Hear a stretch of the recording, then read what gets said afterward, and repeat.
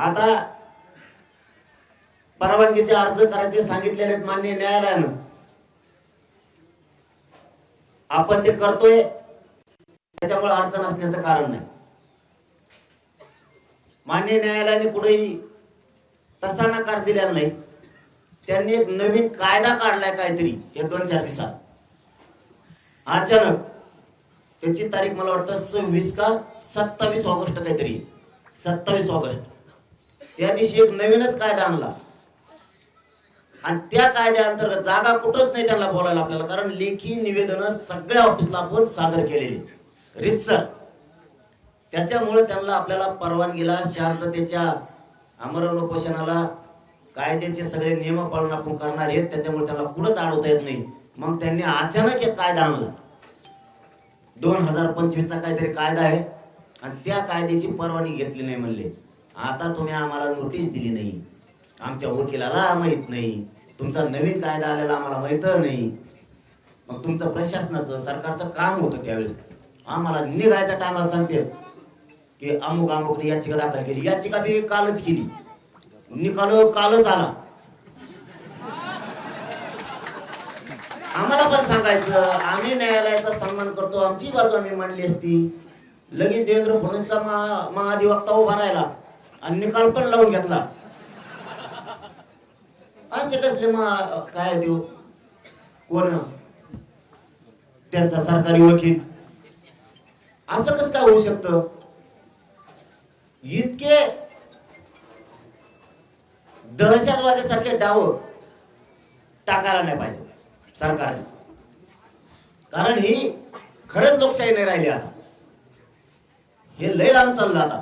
अरे इंग्रजांना रोखलं राव, इंग्रजाच्या काळात सुद्धा उपोषण रोखले नाही, देवेंद्र फडणवीसच्या काळात रोखले जाते. काय अवघड आहे. आणि पुन्हा म्हणता आम्हाला बोलता, तुम्ही चुका करता. तसं आपल्याला ती रात्री कायदा माहीत झाल्यानंतर, कारण आपल्याला निकाल कधी आला, मला वाटतं 3 वाजता का काय काल, आणि आम्हाला केव्हा निघायचं आज रात्रीत काय करायचं. म्हणजे ती डाव साधला बरोबर. देवाच्या नावाखाली, उत्सवाच्या, गणेश उत्सवाच्या नावाखाली देवेंद्र फडणवीस डाव साधला. अचानक याचिका लोक त्याचेच, समोरून म्हणणं मांडणारे त्याचेच, आणि लगेच निकाल लागून घेतला. न्यायालय आमची बाजू ऐकून घेणार, आम्हाला माहिती, आणि न्यायालय आम्हाला न्याय सुद्धा देणार, कारण तेवढीच आधार आम्हाला जागा आहे. न्याय देवता 100% आम्हाला न्याय देणार आहे. आमचे पण वकील न्याय मंदिरासमोर, न्यायदेवतेसमोर उभं राहणार आहे. गेल्या वेळेस सुद्धा असंच झालं, न्यायदेवतेने आम्हाला न्याय दिला होता. हे सत्य आहे. त्याच्यामुळे यांनी अचानक एक गोल केला आणि ही मराठ्याला माहितच नाही काय झालं. आपण एक परवानगी ठेवली नव्हती, म्हणजे आपण रीतसर अर्ज द्यायची. पण त्यांनी ते नवीन कायदा काढला आणि त्याच्या अंतर्गत केलं. त्याचं ऑफिस सुद्धा सापडा नव्हतं. त्या नवीन कायद्याचं जे काय असेल ना, ते डिपार्टमेंटच पुढे मिळ लागा ना. जवळपास रात्री 12-1 वाजला होते सापडायला. एवढा मोठा कायदा बनला.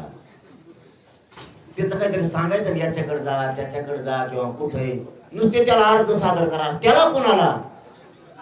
तुकारामला करतो का, एकनाथला करतो का, करतो कोणाला? त्याला काहीच नाही. हे खोटं नाही. मग ते रात्री 1-2 वाजता सापडलं.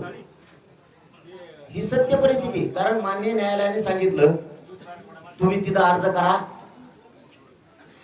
आणि परवानगी द्यायची का नाही. बघा, लक्षात ठेवा मराठी, परवानगी द्यायची का नाही सरकार ठरवणार. म्हणजे देवेंद्र फडणवीस पुन्हा तिथं चांगलं. आता कळलं ना आम्हाला, देवेंद्र फडणवीस मराठा विरोधी आहे का नाही, हिंदू विरोधी आहे का नाही. आता लक्षात येईल. परवानगी नाकारली, आपल्याला परवानगी नाही दिली की समजायचं याच्या आरक्षण द्यायचं जीवावर आलं. ही देवाच्या आडून गेलं पाहिलं. आता isakal.com आहे देशातील नंबर 1 ची मराठी न्यूज वेबसाईट. प्रत्येक अपडेटसाठी isakal.com ला नक्की भेट द्या.